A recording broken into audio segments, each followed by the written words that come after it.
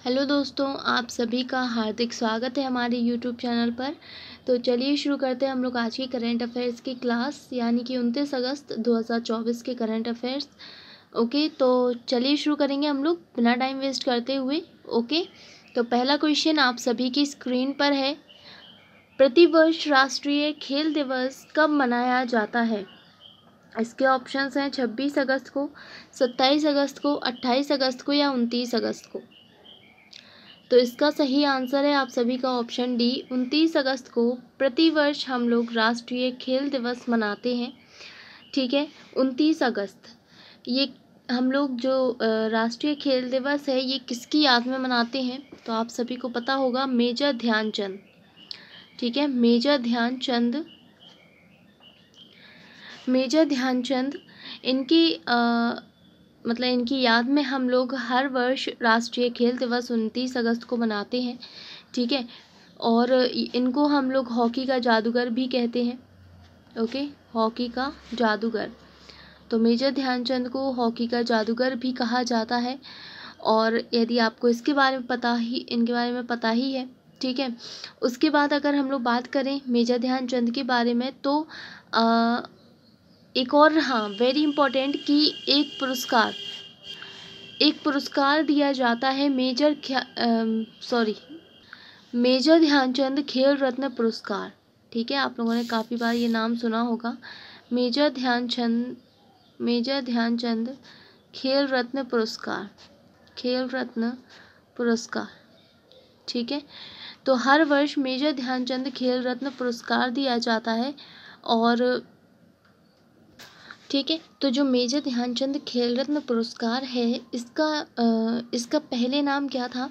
तो याद रखना, राजीव गांधी खेल रत्न पुरस्कार। ठीक है, राजीव गांधी पुरस्कार था, राजीव गांधी खेल रत्न पुरस्कार। ओके, हम शॉर्ट में मतलब लिख देते हैं। ठीक है, तो राजीव गांधी के नाम पर था इस पुरस्कार का नाम, लेकिन फिर 2021 में नरेंद्र मोदी ने इसका राजीव गांधी पुरस्कार का नाम बदलकर मेजर ध्यानचंद खेल रत्न पुरस्कार रख दिया गया। ठीक है, राजीव गांधी खेल रत्न पुरस्कार से मेजर ध्यानचंद खेल रत्न पुरस्कार रख दिया गया 2021 में। तो इस क्वेश्चन को आपको याद रखना है। ठीक है, तो मेजर ध्यानचंद के बारे में ये कुछ इंपॉर्टेंट चीज़ें थी, तो इन चीज़ों को आप लोग अच्छे से याद रखिएगा। ओके, इसके साथ ही आप लोग ये एक और चीज़ याद रखिए कि राष्ट्रीय खेल दिवस तो हम लोग 29 अगस्त को मनाते हैं। ठीक है, इसी के साथ अंतर्राष्ट्रीय खेल दिवस हम कब मनाते हैं, इसको भी याद रखिए। अंतर्राष्ट्रीय खेल दिवस यदि आपको पता है तो बता दीजिए जल्दी से। अंतर्राष्ट्रीय खेल दिवस हम कब मनाते हैं? तो याद रखिएगा 11 जून को। ठीक है, 11 जून को हम अंतर्राष्ट्रीय खेल दिवस मनाते हैं और राष्ट्रीय खेल दिवस हम 29 अगस्त को मनाते हैं। ठीक है, चलिए नेक्स्ट क्वेश्चन की तरफ चलेंगे। और अगला क्वेश्चन आप सभी के सामने है। हाल ही में 8वीं एशियाई पुरुष हॉकी चैंपियन ट्रॉफी 2024 का आयोजन कहाँ किया जाएगा? इसके ऑप्शंस हैं भारत में, चीन में, जापान में या बांग्लादेश में। तो इसका सही आंसर है ऑप्शन बी, चीन में किया जाएगा। ठीक है, 8वीं एशियाई पुरुष हॉकी चैंपियन ट्रॉफी का आयोजन, ओके, इसका चाइना में 8वां संस्करण आयोजित किया जाना है। ठीक है, याद रखिएगा 8वां संस्करण इसका आयोजित होगा चीन में। और कब से कब तक? तो इसका जो टाइम है, मतलब कब से होगा आयोजन, तो इसका जो आयोजन है वो कब से कब तक होना है? 8 से 17 सितंबर के बीच। ठीक है, 8 से 17 सितंबर में के बीच इसका आयोजन किया जाएगा। क्लियर? चलिए अगला क्वेश्चन देखेंगे। हाल ही में CISF के नए महानिदेशक कौन बने हैं? इसके ऑप्शंस हैं नीना सिंह, राजविंदर सिंह भट्टी, अर्जुन शेखावत या इनमें से कोई नहीं। तो इसका सही आंसर है option B, Rajvinder Singh Bhatti is the right answer. ये CISF के नए महानिदेशक बने हैं। ठीक है, ओके, चलिए CISF इसका फुल फॉर्म होता है, क्या होता है भाई, जल्दी से बता दो। Central industrial security force, central industrial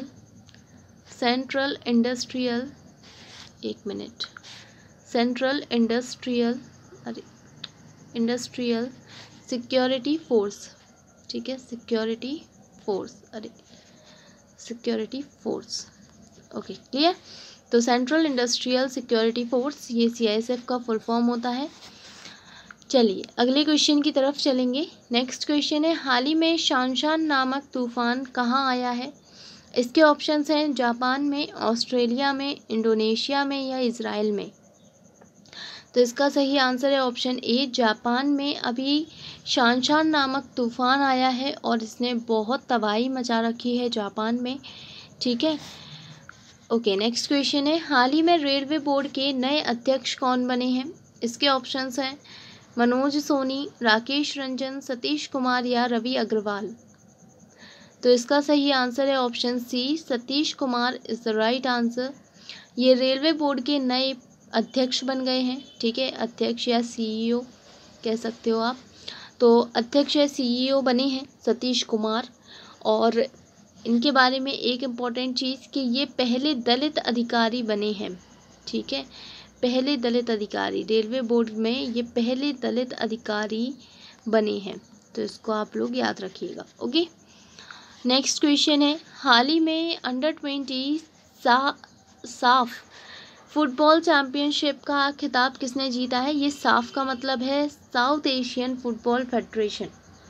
okay, मतलब मैंने पूरा बोला नहीं। तो हाल ही में under twenty South Asian Football Federation football championship का आयोजन खिताब किसने जीता है? खिताब किसने जीता है? इसके ऑप्शंस हैं ऑस्ट्रेलिया ने, पाकिस्तान ने, भारत ने या बांग्लादेश ने। तो इसका सही आंसर है ऑप्शन डी, बांग्लादेश ने अंडर-20 साउथ एशियन फुटबॉल फेडरेशन का खिताब जीत लिया है। ठीक है, फुटबॉल फेडरेशन फुटबॉल चैम्पियनशिप का। ठीक है, अच्छा ठीक है, चलिए हम लिख देते हैं साफ, मतलब इसका फुल फॉर्म है South Asian, okay, south Asian Football Federation. Football, अरे पेन को क्या हो गया, फुटबॉल फेडरेशन। ठीक है, साउथ एशियन फुटबॉल फेडरेशन इसका फुल फॉर्म है। और इस चैम्पियनशिप का आयोजन कब से कब तक किया गया था? तो इसका आयोजन किया गया था, इसका जो आयोजन है वो 18 से लेकर 28 अगस्त के बीच किया गया था। क्लियर? और इसका कहाँ पर आयोजन हुआ था? तो नेपाल में इसका आयोजन किया गया था। और इस बार इसका 6वां संस्करण आयोजित हुआ। ठीक है, 6th संस्करण इसका आयोजन किया गया। क्लियर? चलिए अगले क्वेश्चन की तरफ। और नेक्स्ट क्वेश्चन है, हाल ही में जीएसटी भवन का उद्घाटन कहाँ किया गया है? इसके ऑप्शंस हैं सूरत में, उदयपुर में, भोपाल में या लखनऊ में। तो इसका सही आंसर है ऑप्शन बी, उदयपुर में जीएसटी भवन का उद्घाटन किया गया है हाल ही में। क्लियर? चलिए, तो मतलब जीएसटी के बारे में हम लोग कुछ चीज़ें जान लें क्या? मैंने लिखा नहीं है, आपको यहीं पर हम आपको बिल्कुल हैंड रिटन नोट्स लिखकर आपको बताएंगे। ठीक है, तो जीएसटी के बारे में हम लोग कुछ जान लेते हैं। तो सबसे पहले जीएसटी का फुल फॉर्म ही क्या होता है? तो इसका फुल फॉर्म होता है goods and services tax. Goods and services tax. ठीक है, तो गुड्स एंड सर्विसेज टैक्स यानी कि ये जो टैक्स है ये वस्तु और सेवा पर लगाया जाता है। क्लियर? उसके बाद इसकी दरें, तो आप लोग याद रखिएगा, इसकी 5 दरें होती हैं, लेकिन काउंट वैसे 4 ही की जाती हैं। तो 5 दरें, एक होती है 0% की दर, एक 5%, 5%, 12%, 18% और 28%। ठीक है, तो ये 5 तरीके की दरें लगती हैं, लेकिन वैसे काउंट ये 4 की जाती हैं, 5%, 12%, 18 और 28% की। ठीक है, उसके बाद यदि हम लोग बात करें तो जीएसटी का जनक किसे कहा जाता है? जीएसटी का जनक, तो जीएसटी का जनक अटल बिहारी वाजपेयी को कहा जाता है। ठीक है, अटल बिहारी वाजपेयी को ये जीएसटी का जनक कहा जाता है। ओके, और जीएसटी को लागू कब किया गया था? जीएसटी कब लागू की गई? तो लागू किया गया था इसको 1 जुलाई 2017 को। ठीक है, 1 जुलाई 2017 को जीएसटी को लागू किया गया। क्लियर? और इसके जनक हमने आपको बता ही दिया, अटल बिहारी वाजपेयी। अच्छा, जीएसटी को लागू करने वाला पहला राज्य हमारे भारत का ओके, नेक्स्ट पे बता देते हैं, ठीक है। तो जीएसटी लागू करने वाला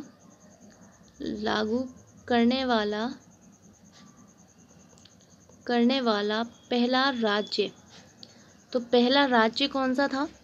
तो जो जीएसटी को लागू करने वाला पहला राज्य था असम, ठीक है, याद रखिएगा असम था। और इसी के बाद जीएसटी को लागू करने वाला पहला देश कौन सा था? तो पहला देश था फ्रांस, ठीक है, फ्रांस ने सबसे पहले जीएसटी को लागू किया था। उसके बाद हमारी जो भारत का जो जीएसटी का जो मतलब पैटर्न है, जीएसटी का पैटर्न जो है वो कहाँ से लिया गया है, किस पर आधारित है? तो वो कनाडा पर आधारित है, ठीक है। भारत का जो जीएसटी पैटर्न है वो कनाडा पर आधारित है। तो इतनी चीज़ें आपको याद रखनी है जीएसटी के बारे में, ओके। हमने कोशिश की कि आपको हम सारी जनरल चीज़ें जीएसटी के बारे में बता सकें, तो यहाँ पर हमने आपको कुछ चीज़ें बता दी हैं, ओके। तो ये आप लोगों को याद रखना है। देखो 0% की जो जीएसटी दर होती है इसका कोई मतलब नहीं होता, क्योंकि उस पर कोई जीएसटी लगनी ही नहीं है, ठीक है। तो इसलिए हम कह रहे थे कि इसको काउंट नहीं किया जाता। तो आप लोग याद रखिएगा 5%, 12%, 18% और 28%, ठीक है। अगर आपको कहीं भी क्वेश्चन आता है तो आप वहाँ पर दरों में, यदि आपसे दरें पूछी जाती हैं तो आप 4 लगाएंगे। उसका आंसर आपको सही क्या लगाना है? 4 लगाना है। इसको हम काउंट नहीं करेंगे। क्लियर? तो आप लोगों को आई होप सो समझ में आ गई होंगी ये सारी चीज़ें, और सारी इम्पॉर्टेंट चीज़ें हैं, तो ये इनको याद रखिएगा अच्छी तरीके से, ओके। तो चलिए नेक्स्ट क्वेश्चन की तरफ चलेंगे। और अगला क्वेश्चन है, हाल ही में राष्ट्रीय शतरंज चैंपियनशिप किसने जीती है? इसके ऑप्शंस हैं कार्तिक वेंकट रमन ने, अरण्यक घोष ने, हिमाल गुसाई ने या एसपी सेंधु रमन ने। तो इसका सही आंसर है ऑप्शन ए, कार्तिक वेंकट रमन ने हाल ही में राष्ट्रीय शतरंज चैंपियनशिप जीत ली है। अगला क्वेश्चन है, हाल ही में भारत की दूसरी पनडुब्बी को कहाँ से नौसेना में शामिल किया गया है? इसके ऑप्शंस हैं लक्षद्वीप से, गुजरात से, विशाखापट्टनम से या महाराष्ट्र से। So the right answer is option C, Visakhapatnam से भारत की दूसरी जो पनडुब्बी है, ओके, इसका नाम नहीं लिखा। भारत की जो दूसरी पनडुब्बी है इसका नाम है अरिघात, ठीक है, अरिघात। पनडुब्बी का नाम क्या है? अरिघात। और इसको अभी विशाखापट्टनम से नौसेना में शामिल कर लिया गया है, ओके। अगला क्वेश्चन है, हाल ही में 17वां भारत इजराइल विदेश कार्यालय परामर्श कहाँ आयोजित किया गया है? इसके ऑप्शंस हैं नई दिल्ली में, हैदराबाद में, लखनऊ में या भोपाल में।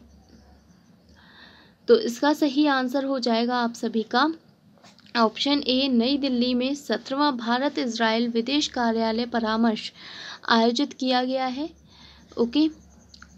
नेक्स्ट क्वेश्चन, हाल ही में एनएसजी के नए महानिदेशक कौन बने हैं? इसके ऑप्शंस हैं सतीश कुमार, वी वेदाचलम या वी श्रीनिवासन या फिर इनमें से कोई नहीं। तो इसका सही आंसर है option C, V Srinivasan is the right answer. ये एनएसजी के नए महानिदेशक बने हैं हाल ही में, ओके। और एनएसजी जिसका फुल फॉर्म होता है, इसका full form national security guard, ठीक है, नेशनल सिक्योरिटी गार्ड, अरे national security guard, okay. Hindi में यदि हम कहें तो क्या होगा? राष्ट्रीय सुरक्षा गार्ड, राष्ट्रीय सुरक्षा गार्ड। क्लियर? तो आप लोग इसको याद रखिएगा। तो ये फुल फॉर्म होता है नेशनल सिक्योरिटी गार्ड। तो इसके नए महानिदेशक बन गए हैं V Srinivasan, okay. So guys यहाँ पर आपके क्वेश्चन सारे कंप्लीट होते हैं। हम लोग अपनी क्लास को यहीं पर एंड करेंगे। अब हम मिलेंगे नेक्स्ट वीडियो में अगले दिन के करंट अफेयर्स के साथ। सभी लोग नेक्स्ट क्लास के लिए तैयार रहिएगा, और जाने से पहले सभी लोग चैनल को सब्सक्राइब ज़रूर कर लीजिएगा, ताकि आपको डेली करंट अफेयर्स की वीडियोस और जीके की वीडियोस आपको मिलती रहें, ओके। और साथ ही साथ आप लोग बेल आइकन को ज़रूर प्रेस कर लीजिएगा, ताकि आपको सारे नोटिफिकेशन टाइम पर मिल जाएं। और जाने से पहले सभी लोग वीडियो को लाइक भी कर दीजिएगा और अपने फ्रेंड्स के साथ शेयर भी कर दीजिएगा। सो थैंक यू गाइस, आप सभी अपना ध्यान रखिएगा और अच्छे से पढ़ाई करते रहिए, okay. So thank you and have a nice day.